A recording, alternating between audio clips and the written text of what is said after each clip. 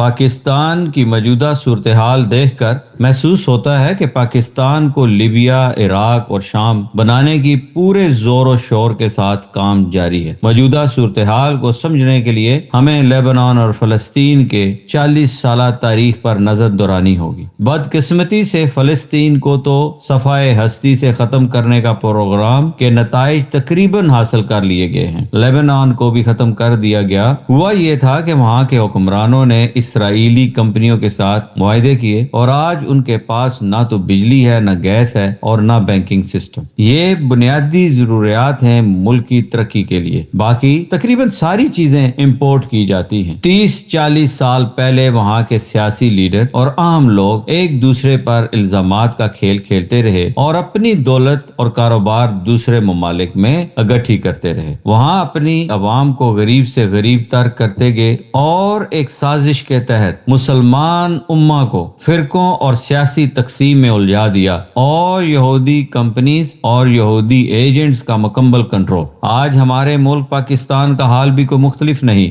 ایوب خان نے جہاں پر دریا دیے، بھٹو نے پاکستان کا انڈسٹریل بیس ختم کر دیا اور دوسرے لیڈروں اور عام عہدیداروں نے بجلی، گیس اور پیٹرول باہر سے کمیشن لے کر لیتے رہے۔ ہونا تو یہ چاہیے تھا کہ اپنی پیداوار کرتے، لیکن نوکری امریکی اور امریکہ کے غلاموں کی غلامی، اربوں ڈالر کی کمیشن حاصل کرنے کے لیے قوم سے دھوکہ کیا۔ آج پاکستان افغانستان کے ساتھ جنگ کی تیاری کر رہا ہے۔ بے شک دہشت گردوں کو مارنا ملکی دفاع کے لیے ضروری ہے، مگر آئیسس، داعش اور BLA تو امریکی، اسرائیلی اور بھارتی کمپنیاں ہیں۔ انہوں نے ایک بھی یہودی نہیں مارا، جہاد کے نام پر مسلمانوں کو مارا اور عرب ممالک اسرائیلی غلامی میں چلے گئے۔ اب پاکستان کو ان کے ساتھ لڑائی میں پاکستان اور افغانستان کی جنگ نہیں بنانا چاہیے، بلکہ افغان حکومت کے ساتھ مل کر ان خارجی اور بھارتی اور اسرائیلی پیسے سے پاکستان اور افغانستان دونوں کو نقصان دے رہے ہیں۔ ان کو مل کر مارنا اور ختم کرنا ہوگا۔ مضبوط فوج ہی مضبوط ملک کا ضامن ہوتا ہے، لیکن فوج کو اپنی سوچ کو تبدیل کرنا ہوگا۔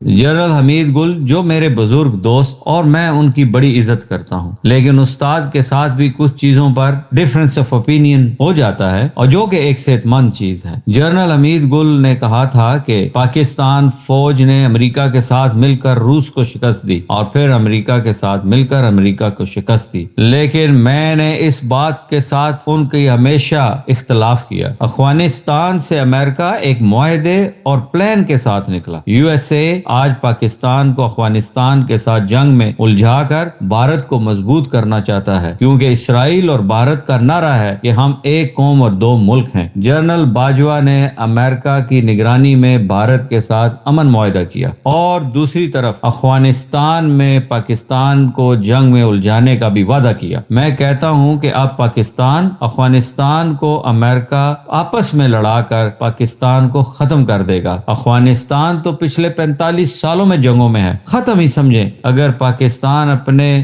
دشمنوں کی سازش کی وجہ سے یہ جنگ لڑتا ہے تو پاکستان کے خلاف یہ جنگ ہوگی۔ تاریخ گواہ ہے، سازش کا پتہ سالوں اور صدیوں کے بعد چلتا ہے، مگر اس وقت بہت دیر ہو چکی ہوتی ہے۔ لہٰذا پاکستان بھارت کے ساتھ امن معاہدہ کر کے بھارت کو عالمی طاقت بنا رہا ہے، اور دوسری طرف بھارت اسرائیل کے ساتھ مل کر پاکستان کو صفائے ہستی سے ختم کرنے کی کوشش اور ناپاک سازش کر رہا ہے۔ یہودیوں نے کتابوں میں لکھا ہے اور اپنے بچوں کو بھی پڑھاتے ہیں کہ پاکستان ہمارے لیے سب سے بڑا خطرہ ہے، یعنی کہ پاکستان کی موت ہماری زندگی ہے۔ ہمیں اللہ تعالیٰ اچھے فیصلے کرنے کی توفیق عطا فرمائے۔ حل صرف اور صرف یہ ہے کہ ہمیں ایک قوم یعنی کہ مسلمان بن کر سوچنا چاہیے، دیکھنا چاہیے اور اپنے آنے والی نسلوں کو غلامی سے بچانا چاہیے، ورنہ غزہ کا جو حالات ہیں وہ پاکستان کے لیے بھی ان کے پروگرام کا ایک حصہ ہے۔